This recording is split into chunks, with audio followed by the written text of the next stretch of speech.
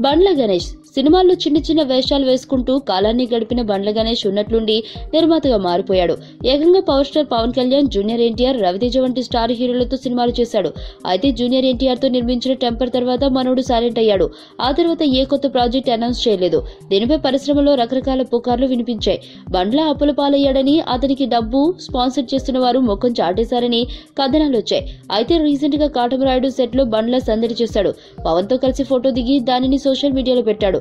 అంతే, ఆ pick viral అవుతుంది. ఉన్నట్లుండి గణేష్ పవర్ స్టార్ ని ఎందుకు కలిశాడు, వీరిద్దరూ కలిసి మళ్లీ సినిమా ఏమైనా చేస్తున్నాడా అంటూ ప్రశ్నలు సంధిస్తున్నారు అభిమానులు. మరి దీనికి సంబంధించిన నిజానిజాలు బయటకు రావాలంటే కొద్ది రోజులు వెయిట్ చేయాల్సిందే.